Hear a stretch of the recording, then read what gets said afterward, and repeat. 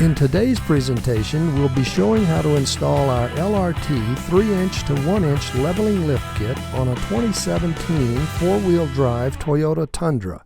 Begin by raising the vehicle on a twin-post lift. Be sure the lift arms are positioned properly. Begin removing the passenger side wheel assembly by removing the center hubcap. Remove the lug nuts using a 22mm socket. Remove the wheel assembly and set it aside.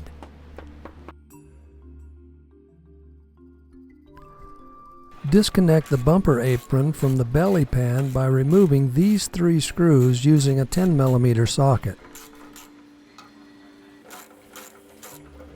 Begin the removal of the belly pan by removing the 2 front bolts using a 12mm socket.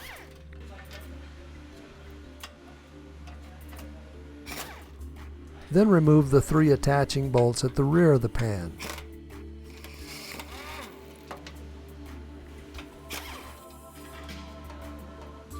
Once all the bolts are removed, lower the rear of the pan. Then disconnect the front of the pan by lifting up and toward the driver's side and then down. Set the pan aside for now.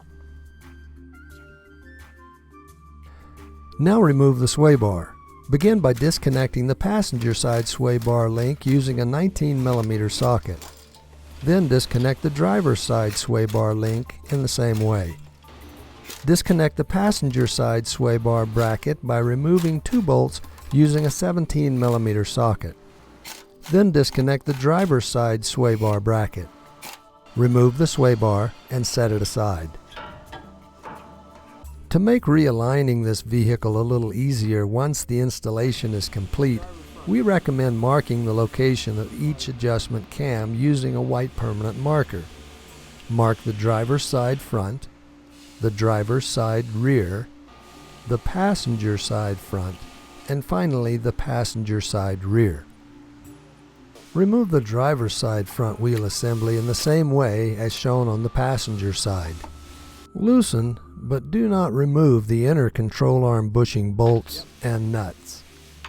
Beginning on the driver's side front, hold the nut with a 24mm open end wrench and loosen the bolt using a 24mm socket. Loosen the rear inner control arm bushing bolt by holding the bolt with a 24mm box end wrench and loosening the nut with a 24mm socket. Begin disconnecting the lower shock mount by holding the bolt with a 22mm box end wrench and removing the nut using a 22mm socket. Remove the nut, but leave the bolt in place for now. Next, disconnect the ball joint bracket from the steering knuckle. Begin by removing the rear bolt with a 22mm socket, and then remove the front bolt using the same socket. Now that both ball joint bracket bolts are removed, remove the lower shock mount bolt by tapping it out with a brass hammer and then a punch. Use caution here. When the bolt comes out, the lower control arm may drop down sharply. If it doesn't drop down on its own, push it down out of the way. Begin disconnecting the upper shock mount by removing 3 of the 4 nuts using a 14mm ratcheting box end wrench.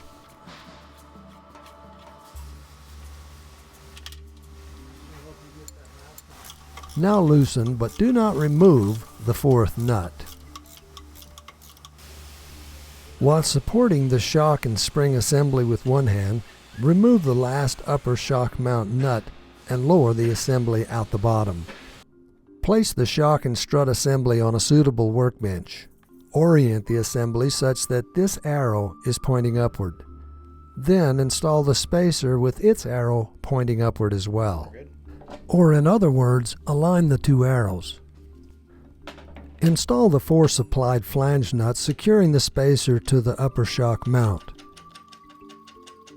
Snug all 4 nuts using a 14mm socket. Secure the shock by placing a pry bar in the bottom loop. Then torque the nuts in a progressively tighter crisscross pattern until 47 foot-pounds is reached. Feed the shock and spring assembly into position and align the upper shock mount studs in the frame. Be sure the low-range off-road emblem is oriented outward. Install one of the supplied flange nuts on one of the studs. Then install the other 3 nuts, but leave all 4 nuts loose for now. Begin installing the rear bump stop spacer by removing the bump stop using a pipe wrench. Place a supplied spacer on the stud. Install the bump stop and tighten it with the pipe wrench. Install the second bump stop following the same procedure.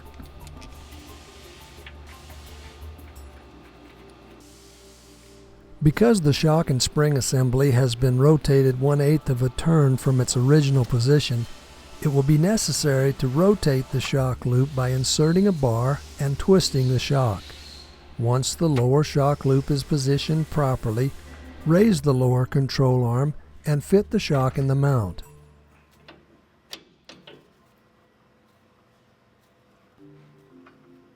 Once the holes are aligned, install the lower shock mount bolt. It may be necessary to tap the bolt into place using a brass hammer. Apply red thread locker to the threads and install the nut. With the lower control arm raised and supported, torque the nut to 144 foot-pounds. Remove the underhoist jack stand. Loop one end of the ratchet strap over the upper control arm, around the lower control arm, and connect the hooks on the back side. While tightening the ratchet strap, guide the ball joint bracket into position. It may be necessary to raise the vehicle and place the underhoist jack stand under the lower control arm for greater force.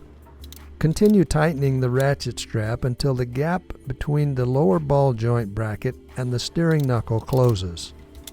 Once the ball joint bracket is aligned with the steering knuckle, apply red thread locker to one of the 2 bolts. Start the rear bolt, but leave it loose for now. Apply red thread locker to the second bolt. Position the supplied steering stop bracket as shown and start the front ball joint bracket bolt. Once both ball joint bracket bolts are started, remove the underhoist jack stand and ratchet strap. Torque both ball joint bracket bolts to 221 foot-pounds. Place the front alignment cam back in its original position by aligning the marks.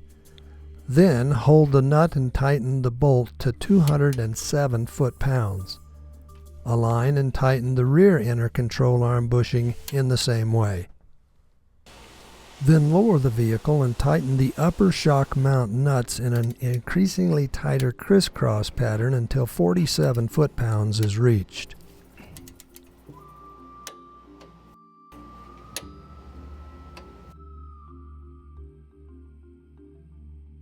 Install the passenger side upper shock mount spacer and bump stops by repeating the same procedure shown on the driver's side. Next, we'll show how to install differential drop spacers. However, please be aware that differential drop spacers are not required when installing this kit on 2-wheel drive vehicles. Place the underhoist jack stand under the front differential housing and raise slightly. Disconnect the passenger side differential mount by holding this nut with a 19mm box end wrench and loosening the bolt with a 19mm socket. Remove the bolt, large washer, and then the nut. Disconnect the driver's side differential mount in the same way. Lower the differential by turning the underhoist jack stand until there is about a 2-inch gap between the differential mount and the frame. Place the original large washer on a supplied bolt. Insert the bolt through the differential mount bracket. Align the supplied differential drop spacer and continue installing the bolt up through the frame. Install the supplied nut on the bolt, but leave it loose for now. Install the driver's side differential drop spacer following the same procedure shown on the passenger side. Once both spacers are in place and secure, torque both bolts to 89 foot-pounds.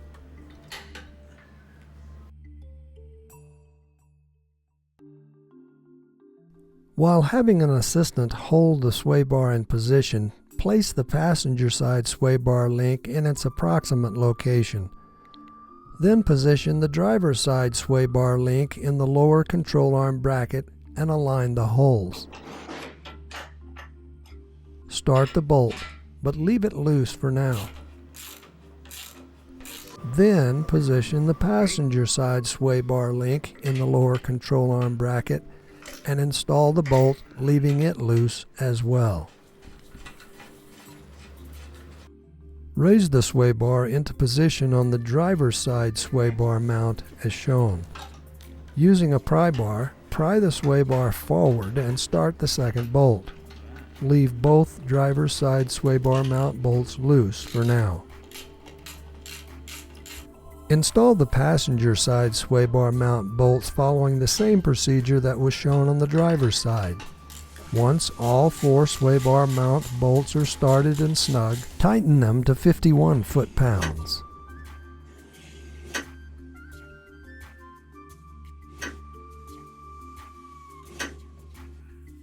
Then finally torque the sway bar link bolts to 89 foot-pounds. Begin installing the belly pan by hooking it in the front. Begin securing the front of the pan by starting the original 2 bolts by hand and then snugging them with the socket. Leave both bolts loose for now.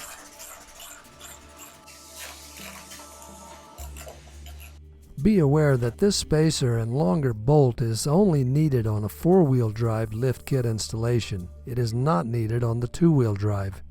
Beginning on the passenger side rear, position one of the supplied spacers on top of the pan and start one of the supplied bolts as shown.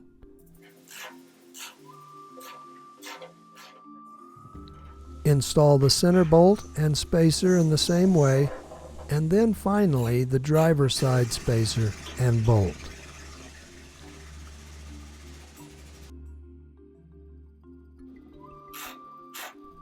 Once all 3 of the rear spacers are in place and the bolts started, tighten all 5 belly pan bolts to an estimated 4 foot-pounds.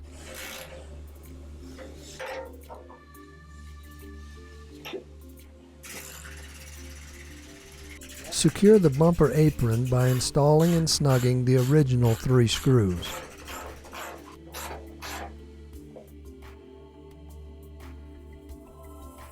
Position the driver's side wheel assembly on the studs, start the lug nuts, and snug them in a star pattern, but do not go to full torque yet. Position the passenger side wheel assembly on the studs. Start the lug nuts and snug them as well. Lower the vehicle until the tires press against the floor. Then tighten the lug nuts on both front wheels in an increasingly tighter crisscross pattern until 97 foot-pounds is reached on aluminum wheels and 154 foot-pounds for steel wheels. Then finally snap the hubcap covers into place on both wheels. Now to the installation of the rear lift. Raise the vehicle on a twin-post lift. Place an under-hoist jackstand under the driver's side rear axle housing and lift slightly. Disconnect the lower shock absorber from the bracket by holding the bolt with a 17 mm box end wrench and removing the nut with a 17 mm socket. Loosen the bolt by tapping it with a brass hammer. Then remove the bolt the rest of the way with a punch and hammer. With the rear axle supported, remove the U-bolt nuts and washers with a 19 mm socket.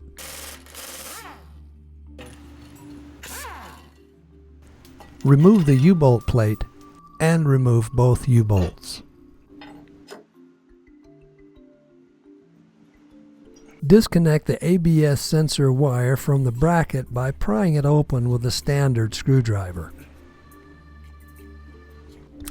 Lower the rear axle housing about 3 inches or just enough to make room for the lifting block. Pay close attention to these flexible brake lines to ensure that they are not overstretched. Before installing the lifting block, ensure that the F is oriented toward the front of the vehicle and the locating dowel is facing downward. With the lifting block positioned properly, Raise the rear axle assembly. While lifting the rear axle assembly, guide the leaf spring center pin into the hole of the lifting block. Be sure to keep your fingers from between the block and the spring. Ensure that the bump stop is positioned properly. Install the front supplied U-bolt and then the rear. Reinstall the U-bolt plate. Install the 4 supplied washers and nuts on the threaded end of the U-bolts.